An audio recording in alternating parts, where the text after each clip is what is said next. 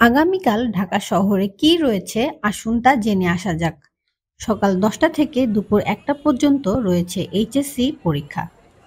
এরই সাথে শুরু হচ্ছে রথযাত্রা। এসবের সাথে আরও রয়েছে আন্দোলনকারীদের কোটা আন্দোলন।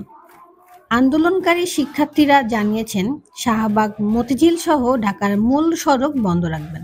চলুন জেনে নেওয়া যাক কালকে রথযাত্রার সময়সূচি। সনাতন ধর্মাবলম্বীদের অন্যতম ধর্মীয় উৎসব শ্রী শ্রী জগন্নাথ দেবের রথযাত্রা রবিবার থেকে শুরু হতে যাচ্ছে। আগামী 15 জুলাই উল্টো রথযাত্রার মধ্য দিয়ে শেষ হবে এ উৎসব। রথযাত্রা উপলক্ষে সারা দেশের বিভিন্ন মন্দিরে নানা অনুষ্ঠানের আয়োজন করা হয়েছে।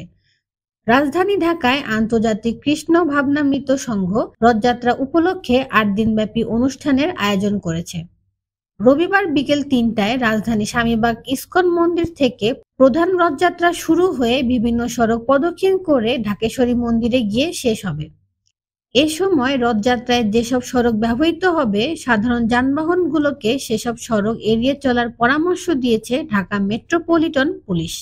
প্রধান রথযাত্রাটি যেসব রাস্তা প্রদক্ষিণ করবে সেগুলো হলো স্বামীবাগ রোডস্থ স্বামীবাগ আশ্রম হতে জয়কালী মন্দির মোড়, ইত্তেফাক মোড়, শাপলা চত্বর হয়ে দৈনিক বাংলা মোড় থেকে রাজু ক্রসিং, গুলিস্তান, গোলাপ শাহ মাজার হয়ে পুলিশ হেডকোয়ার্টার্স, সরকারি কর্মচারী হাসপাতাল হয়ে হাইকোর্ট মাজার, এরপর দোয়েল চত্বর হয়ে কেন্দ্রীয় শহীদ মিনার, এরপর জগন্নাথ হল থেকে পলাশী হয়ে ঢাকেশ্বরের মন্দিরে এসে শেষ হবে।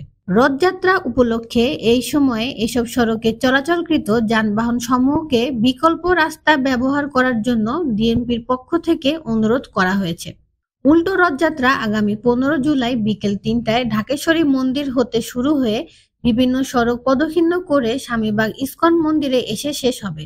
সেদিনও এসব সড়কের পরিবর্তে বিকল্প সড়কে যানবাহন চলাচলের অনুরোধ জানিয়েছেন DMP media and public relation বিভাগ।